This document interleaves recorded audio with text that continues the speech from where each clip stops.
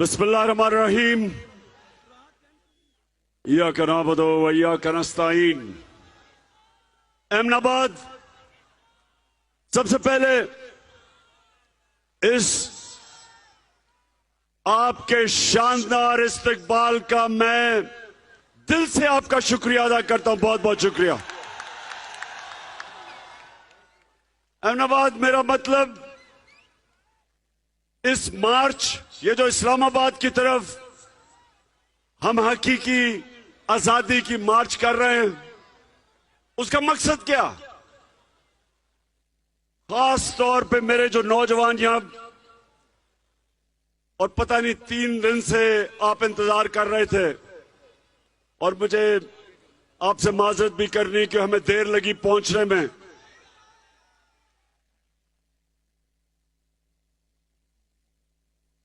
रास्ते में लोगों की मोहब्बत ही इतनी थी, लोगों ने प्यार ही इतना दिखाया कि हमारा रास्ता बड़ा आहिस्ता आहिस्ता पहुंचे आपके पास।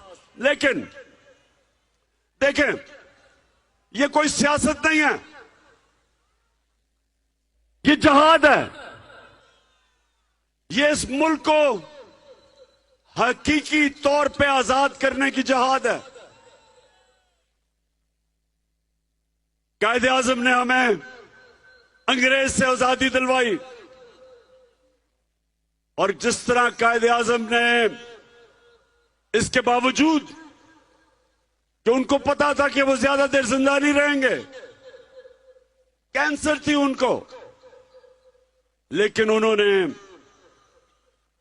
इस तरह की जद्दोजहद की कि आज हम, और जब तक पाकिस्तान रहेगा, हम कायदे आजम का शुक्रिया अदा करेंगे कि उन्होंने हमें आजादी दिलवाई।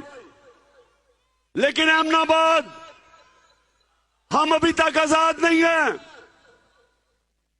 मेरा मकसद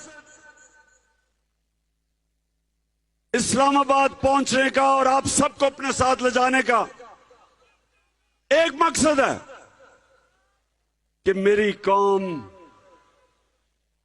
हकीकी तौर पे आजाद हो। और आजाद कैसे होगी? जब मेरी कौम को इंसाफ मिलेगा, जब ताकतवर और कमजोर के लिए एक कानून बनेगा, जब छोटा चोर, गरीब आदमी जेल में जाए और बड़ा डाकू एनआरओ लेके वजीर आजम बन जाए।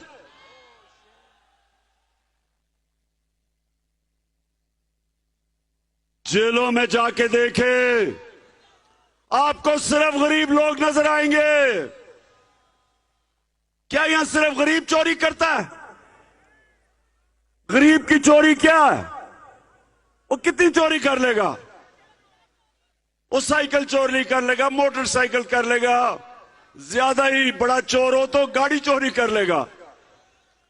लेकिन यहां तो मुल्क को चोरी कर देख के बाहर भाग गए हैं। यहां तो मुल्क को लूट गए हैं।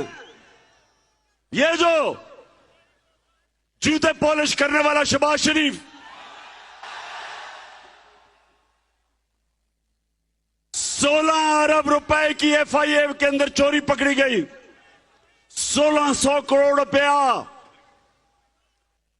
और 8 अरब रुपए, 800 करोड़ रुपए की चोरी नैब में पकड़ी गई। इसकी टीटी केस में तो 24 अरब रुपए का जो डाकू है, उसकी सहूलत, उसकी ताकतवर हलकों ने मदद की, उसको नई सजा देने दी, उसके केसेस को स्लो डाउन किया, जजेस के ऊपर प्रेशर डाला, और जिसको आज जेल में होना चाहिए था और इस कौम का चोरी किया हुआ पैसा वापस होना चाहिए था, उसको आज वजीर आजम बना दिया।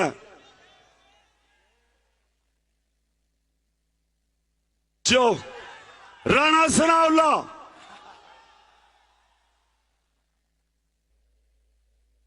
अठारह कत्ल इसने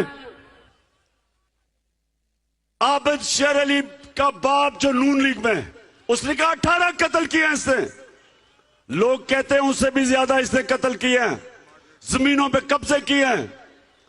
सबसे बड़ा जुराइम पेशा आदमी, उसको इंटीरियर मिनिस्टर बना दिया। मॉडल टाउन में दिन दिहाड़े 14 लोगों का कत्ल किया इसने। ये वो जाके इंटीरियर मिनिस्टर बन गया। और जिसको फाइनेंस मिनिस्टर बनाया, जो फाइनेंस मिनिस्टर है इसहाक डार, इसने मैजिस्ट्रेट के सामने एक स्टेटमेंट दी है कि मैं शरीफ खानदान के लिए पैसा चोरी करके मुल्क से बाहर भेजता था, मनी लॉन्ड्रिंग करता था। खुद इसने लिख के दिया है। और वो जो भगौड़ा नवाज शरीफ सजायाफ्ता है, उसको अदालतों ने 2 साल की तफ्तीश के बाद सजा दी। और ये नवाज शरीफ जो जेआईटी बनी थी, जिसने तफ्तीश करके इसको सजा दिलवाई, और 4 लंदन के सबसे महंगे इलाके के अंदर जो फ्लैट थे, जो मरियम के नाम पे थे। अफसोस इस मुल्क की बदकिस्मती कि उसने, जज ने बरी कर दिया कि जी उसे कहता साबित करो उनके फ्लैट हैं। साबित क्या करते? नवाज शरीफ ने खुद असेंबली में कहा कि ये हमारे हैं। उसके बेटे हुसैन शरीफ ने कहा अल्हम्दुलिल्लाह ये मरियम के फ्लैट हैं। और जज उससे पूछता कि साबित करो, और अपना नायब का आदमी बिठाया जो कहता जी मैं तो साबित कर ही नहीं सकता। तो अहमदाबाद सुन लो मेरी बात। मेरे नबी सल्लल्लाहु अलैहि वसल्लम ने आज से 1500 साल पहले कहा था कि वो कौमें तबाह हो जाती हैं, वो कौमें तबाह हो जाती हैं जिधर सिर्फ छोटे चोर को जेल में डाला जाता है और बड़े डाकू को उस मुल्क का इंसाफ का निजाम नहीं पकड़ सकता। 1500 साल पहले मेरे अजीम लीडर ने तब कह दिया था, वो कौम बचती नहीं है तबाही से। हजरत अली रज़ियल्लाहु ताला ने क्या कहा था कि कुफर का निजाम चल जाएगा, लेकिन नाइंसाफी और जुल्म का निजाम नहीं चल सकता। मेरे पाकिस्तानियों सुन लो, ये जो निजाम हमारे पे मुसल्लत किया है, आज ये जो चोरों को हमारे ऊपर बिठाया है, इस मुल्क के सबसे बड़े माफियाज 30 साल से इस मुल्क को लूट रहे थे। पहले जनरल मुशर्रफ ने पहले इनको दोनों को चोरी में निकाला और फिर अपनी कुर्सी बचाने के लिए दोनों को एनआरओ दिया, पैसा पाकिस्तानी कौम का, और माफ कर रहे मुशर्रफ, उसका अपना पैसा तो था ही नहीं। और इन दोनों ने मिलकर 10 साल मुल्क को लूटा। और उसके बाद बंद कमरों में फैसला हुआ, थोड़े से लोगों ने इस मुल्क के मुस्तकबिल का बेड़ा गर्क किया। बंद कमरों में फैसला करके फिर इन चोरों को ऊपर मुसल्लत कर दिया हमारे। और आज हमारी माशत देखो, इन्होंने आके जो हमारी इंडस्ट्री तेजी से बढ़ रही थी, नौजवानों को नौकरियां मिल रही थी, वर्ल्ड बैंक कहता है कि सारे बर्रे सगीर में पाकिस्तान में सबसे ज्यादा रोजगार दिया जा रहा था। हमारी माशत 2 सालों में 17 साल के बाद सबसे तेजी से आगे बढ़ रही थी। कोरोना के बावजूद हमारे किसानों के पास कभी इतना पैसा ही नहीं आया जो हमारे आखिरी 2 सालों में आया।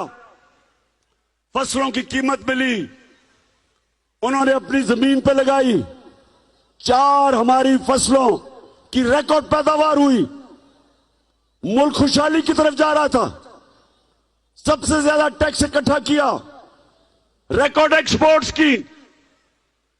इस मुल्क में बैरून मुल्क पाकिस्तानियों ने सबसे ज्यादा पैसा $31 अरब भेजा, तो मुल्क तो ऊपर जा रहा था।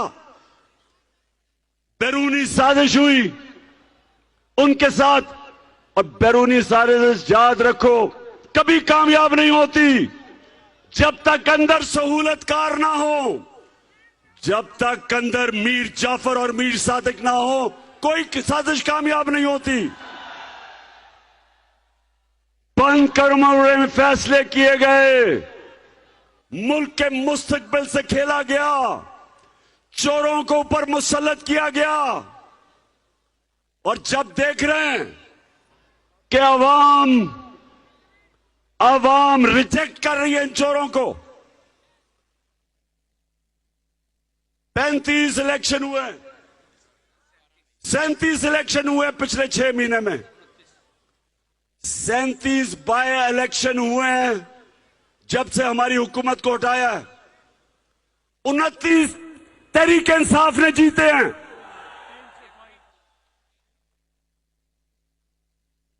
75% इलेक्शन सारी जमातें एक तरफ तहरीक इंसाफ ने उनको सबको हराया। दुनिया की तारीख में, दुनिया की जमहूरियत की तारीख में ये आपके सामने वो इंसान खड़ा है जिसने वर्ल्ड रिकॉर्ड कायम किया है। 8 इलेक्शन जीता हूं मैं, 8 इलेक्शन, और एक ही असेंबली के 12 इलेक्शन जीता हूं, सिर्फ इसलिए कि सारी कौम फैसला कर बैठी है, इन चोरों को रिजेक्ट कर बैठी है, इस माफिया को रिजेक्ट कर बैठी है। वो जो बार भगोड़ा, जब इससे सवाल पूछा जाता है कि नवाज शरीफ बताओ ये आपके पास पैसा किधर से आया, तो दुम दबा के बाहर भाग जाता है, वहां जाके डील करता है, वहां जाके डील करता है। और जब यहां डील होती है तो वापस आता है, फिर लूटता है, फिर मुल्क का पैसा लूटता है, और फिर जब पकड़े जाने लगता है फिर बाहर भाग जाता है। अब वो भगोड़ा बाहर बैठ के इंतजार कर रहा है कि यहां माहौल साजगार हो, यहां ताकतवर हलकों से अंडरस्टैंडिंग हो कि वो फिर से वापस आ जाए। नवाज शरीफ तुम भी सुन लो और तुम्हारे सहूलतकार भी सुन लो, सब सुन लो, हैंडलर सुन लो कि ये पाकिस्तानी कौम है, ये भेड़ बकरियां नहीं है,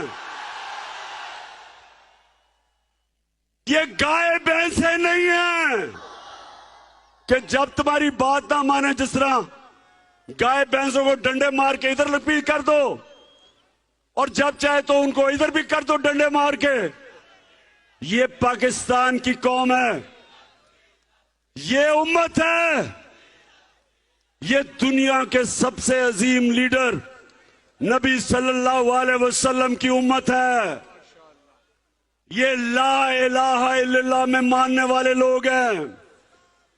इनको अगर आप ये जो जबरदस्ती कोशिश करेंगे कि इन चोरों की हम हिमायत करें या इनकी क़ियादत को कबूल कर दें, मैं आज आपको कह रहा हूं कि कौम आपके खिलाफ हो जाएगी। कौम किसी के साथ, जो इनके साथ होगा, कौम उनके खिलाफ होगी। इदारों की इज्जत तब होती है जब कौम इदारों की इज्जत करती है। इदारे अपनी इज्जत कैसे करवाते हैं? अपने फैसलों से। जज अपनी इज्जत कैसे करवाता है? अपने फैसलों से। जस्टिस कॉर्लिनियस को आज भी दुनिया जानती है कि वो एक ऐसा जज था जो इंसाफ कायम करता था। कानून की बालादस्ती, उनकी इज्जत करते हैं लोग। अपने इदारे, उनकी मजबूती तब होती है जब कौम उनके पीछे खड़ी हो। और अगर वो इदारों का ख्याल है कि वो चोरों के साथ खड़े हो और ये समझे कि ये भेड़ बकरियां भी उनके पीछे लग जाएंगी, भेड़ बकरियां तो लग जाएंगी, पाकिस्तानी कौम नहीं लगेगी। हम इंशाअल्लाह इस्लामाबाद आ रहे हैं। मैं सारे पाकिस्तान से